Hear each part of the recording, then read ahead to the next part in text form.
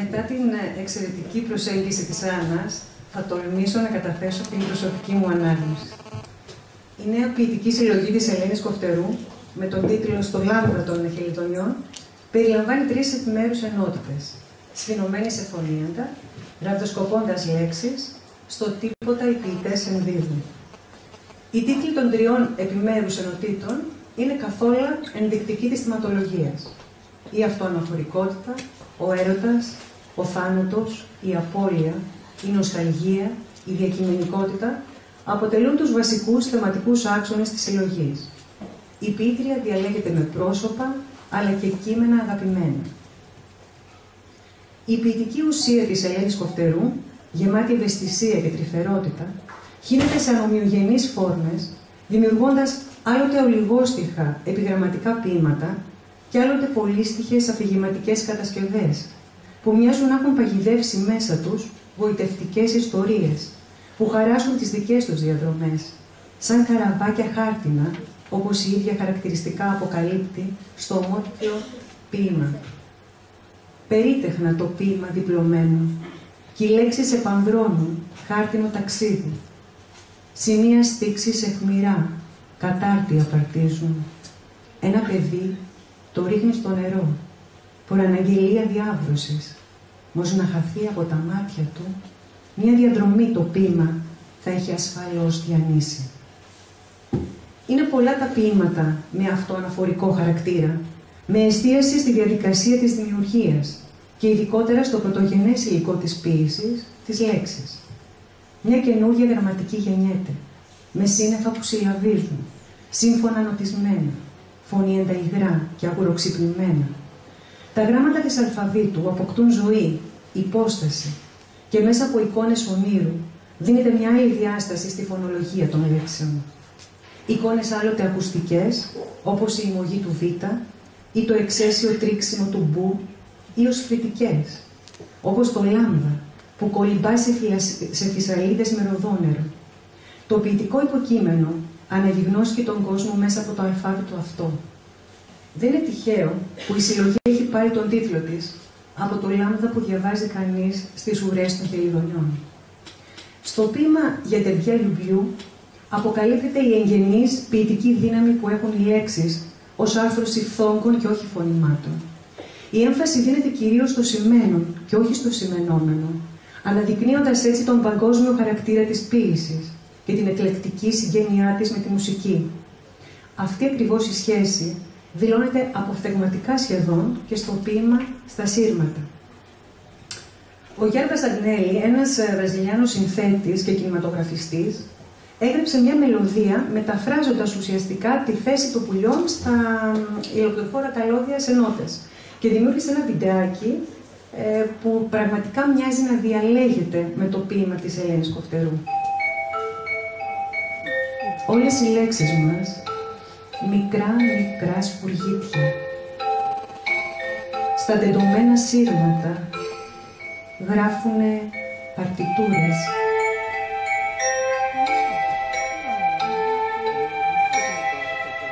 Ακούς εωθινή τη μελωδία.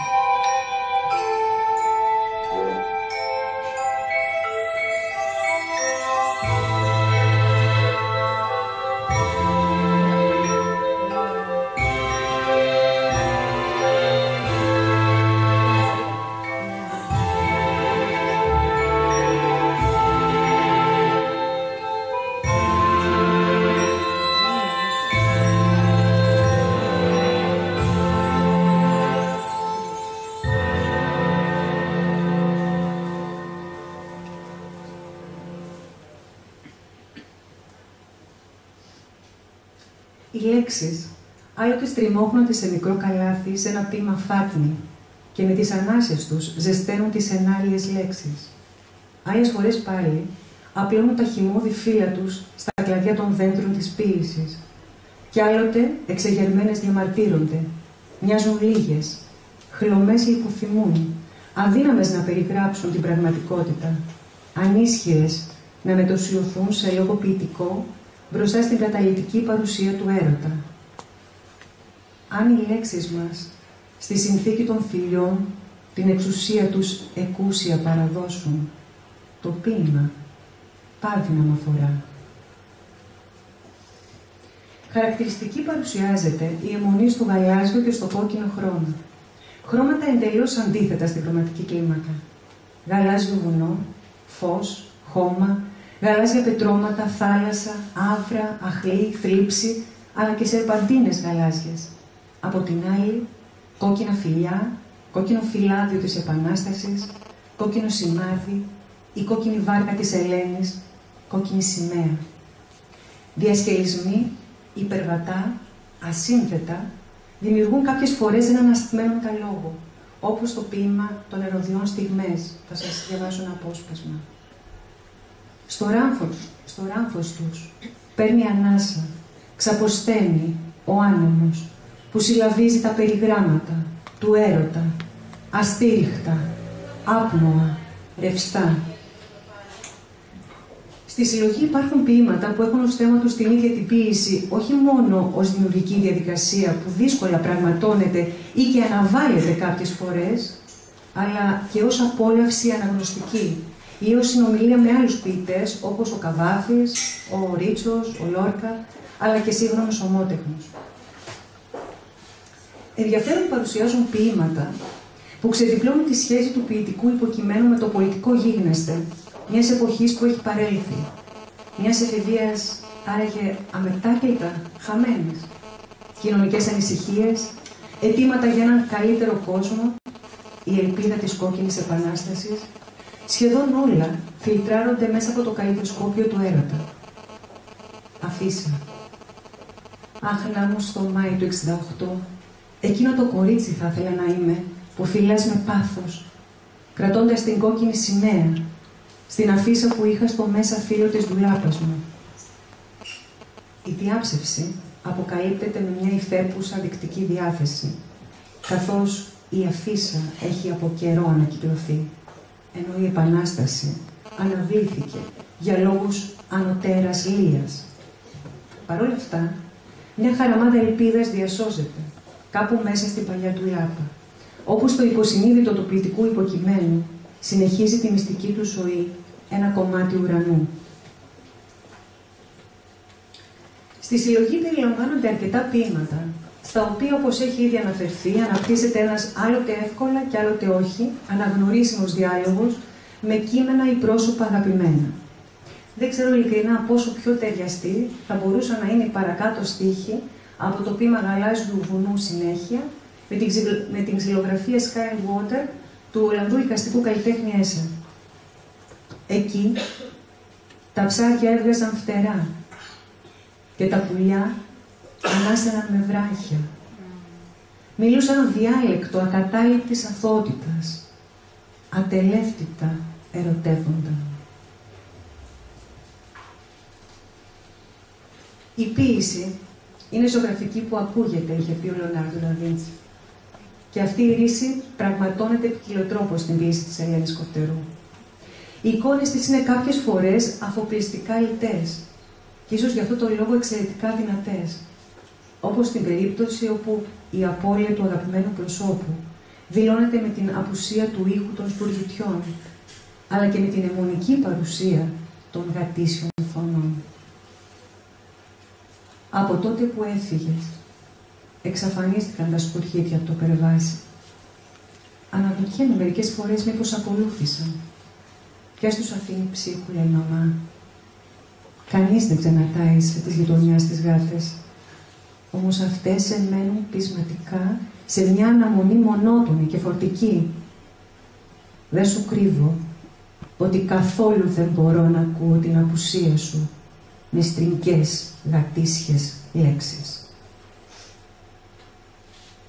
Ενώ στο ποίημα «Η εξόριστη της Μακρονήσου» καθυλώνει η εικόνα της γυναίκας χωρίς μαλλιά, που τραγουδά χωρίς φωνή και που ανακτά πρόσκαιρα με μία κίνηση το σύμβολο της χαμένης θηλυκότητας.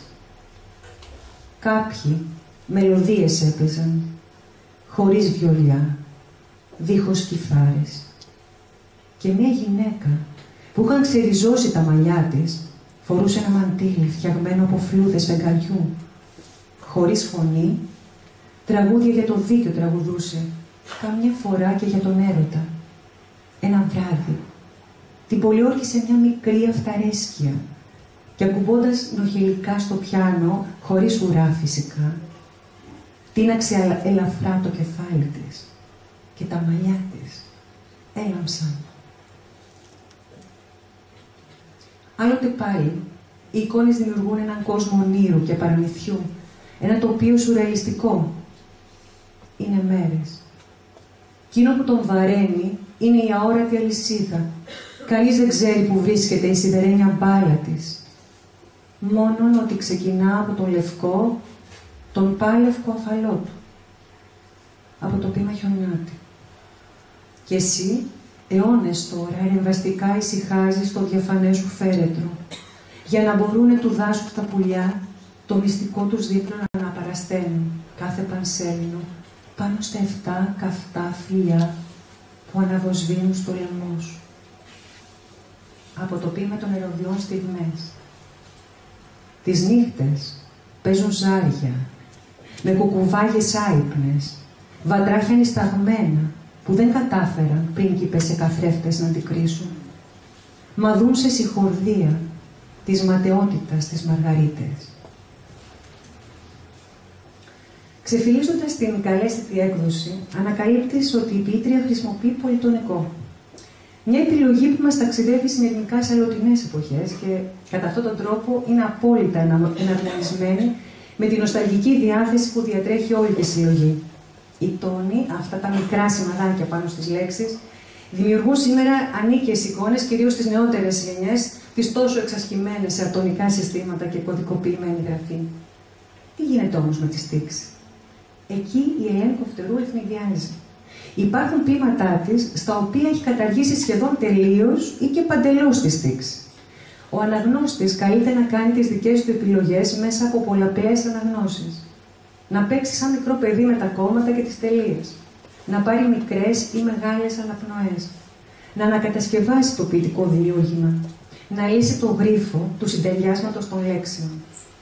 Είναι εκείνα τα ποίηματα που κρατούν κρυμμένο το καλό του στο χαρτί και μας παρασύρουν σε εγωιτευτικές, επάλληλες διαδρομές. Επιτρέπουν εναλλακτικές αναγνώσεις και αποκαλύπτουν παράλληλους ποιητικούς κόσμους που συνυπάρχουν γοητευτικά μέσα στο ίδιο το ποίημα. Ιδού η αρμονία, να οι καμπύλες, ιδού η γλυκύτητα, του αίματος το φυλακισμένο άνθος, καθώς εντύθηκε καρπός, ή μήπως ιδού η γλυκύτητα του αίματος, το φυλακισμένο άνθος καθώς εντύθηκε καρπός. Όταν σε σκέφτομαι, τεντώνεται απαλά ο λαιμός μου. Το βλέμμα μου πέφτει, καταποντίζεται στον ουρανό, χαμογελώντας, φυσικά στα χέρια σου, πάντα πλεγμένα στα μαλλιά μου. Ή μήπως, όταν σε σκέφτομαι, τεντώνεται απαλά ο λαιμός μου. Το βλέμμα μου πέφτει, καταποντίζεται στον ουρανό χαμογελώντας, φυσικά στα χέρια σου πάντα πλεγμένα στα μαλλιά μου. Μέρα μακρόταλη, παράξενα διψούν τα μάτια, καθώς βυθίζονται στο φως. Τα στόματα, τις ίδιες λέξεις μυρικάζουν.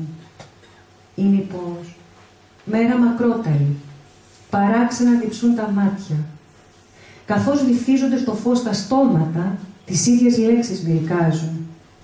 Κρόταλα παγωθραυστικά της κάθε μιας ανάσας. Πόσες κλωστές να μαρτυρήσει ο ουρανός, κόμποι σιωπής για να ραφτούν, χαμόγελα κομψά μες στα μελτέμια να βαδίσουν. Ή πόσες κλωστές να μαρτυρήσει ο ουρανός, κόμποι σιωπής για να ραφτούν χαμόγελα κομψά μες στα μελτέμια να βαδίσουν.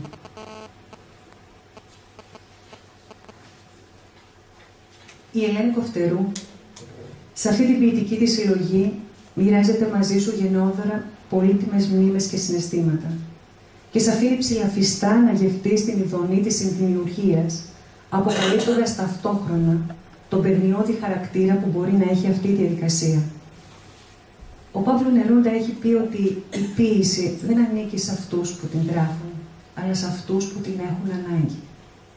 Αυτή την ανάγκη μου ένιωσα να γεμίζει η ποιητική συλλογή της Ελένης Κοφτερού, με αποτέλεσμα, όταν τελείωσε το ταξίδι στις σελίδες της, να την νιώθω πλέον δική μου. Κάπως έτσι προέκυψε και το βιντεάκι, το οποίο θα παρακολουθήσετε σε λίγο. Πρόκειται για μια οπτικοποίηση, έδεισα με εικόνες και με μουσική, ένα από τα ποίηματα που θεωρώ καθοριστικά. Καθώς έδωσαν και ένα στίχος του ποίηματος, έδωσε τον τίτλο στη συλλογή. Ελπίζω να το απολαύσετε.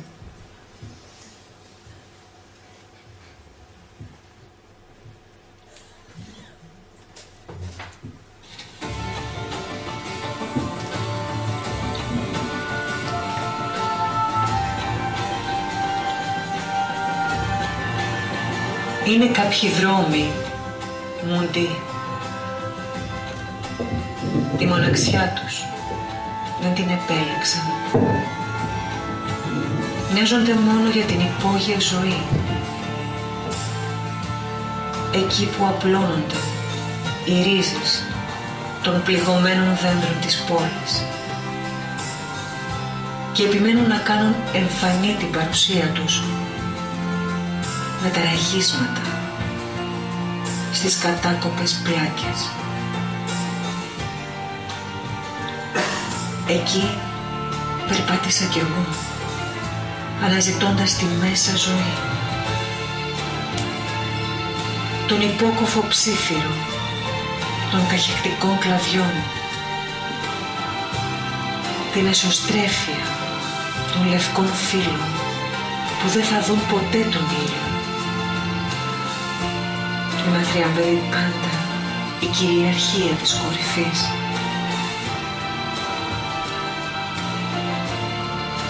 Αποπλανούσε η άλλη πόλη με την ομορφιά της.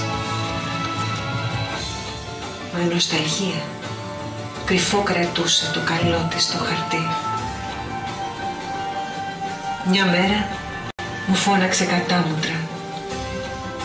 Δεν έχεις πατήσει εδώ της παιδικότητας τα βήματα? Τα δέντρα δεν σ' αναγνωρίζουν. Απόψε μου μίλησες εσύ με λέξεις από φρόισμα μιας άνοιξης χαμένης. Μου χάρισες το λάμδα των χελιδονιών που κάποτε λαχτάρισα να βάλω σε ένα ποίημα.